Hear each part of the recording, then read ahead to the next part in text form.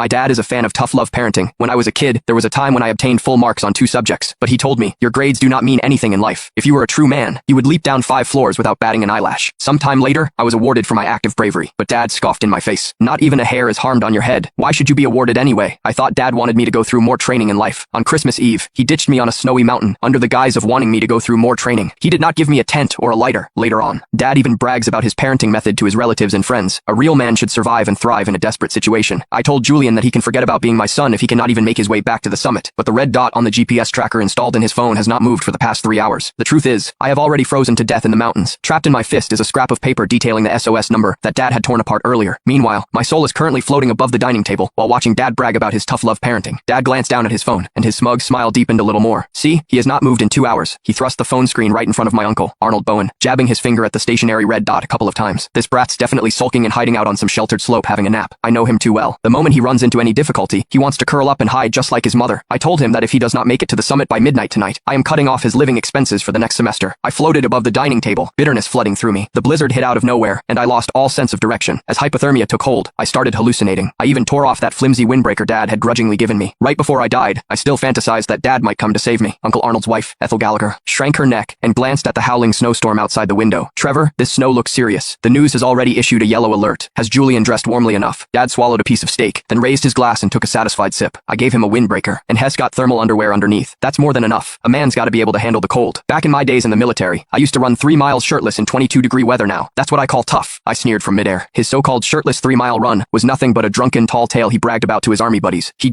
turned his own drunken fantasies into truth, and then mercilessly imposed them on me. But Dad, I was already stone cold dead. I floated right in front of Dad. I wanted to tell him that I had tried my hardest, that I had wanted to keep climbing, but my lungs felt like they were exploding, each breath like swallowing knives. My legs had gone numb long ago, all because of the single-layer hiking boots he forced me to wear to toughen up my will. I screamed right in his face, Dad, I am cold, so cold. After muttering something under his breath, he picked up his phone and held down the voice message button. Julian, quit playing dead. I see your location has not moved. Are you staging a sit and protest against me? Well, let me tell you, it will not work. If you are not at the summit by midnight tonight, do not even think about going back to that crappy college of yours. You can go work on a construction site instead. His finger lifted, and the message was sent. I stared at that familiar chat window. The last message was still the one I sent him 3 hours ago. Dad, I cannot breathe. Is the medicine in your bag? I think I forgot to bring it. His reply was, medicine. I already threw it away. That stuff's a crutch for the weak. Just tough it out. It will pass. In that moment, I fell into utter despair. I kept climbing in the snow until the last trace of warmth drained from my body now, floating in midair. I stared at the face of the man I had called Dad for 20 years. Suddenly, he felt like a complete stranger. This was my dad. To him, my life was worth less than a plate of appetizers or a topic to brag about in front of relatives. Just then, urgent pounding on the door rang out, mixed with the piercing sound of the doorbell. Dad frowned in displeasure and slammed his fork heavily onto the table.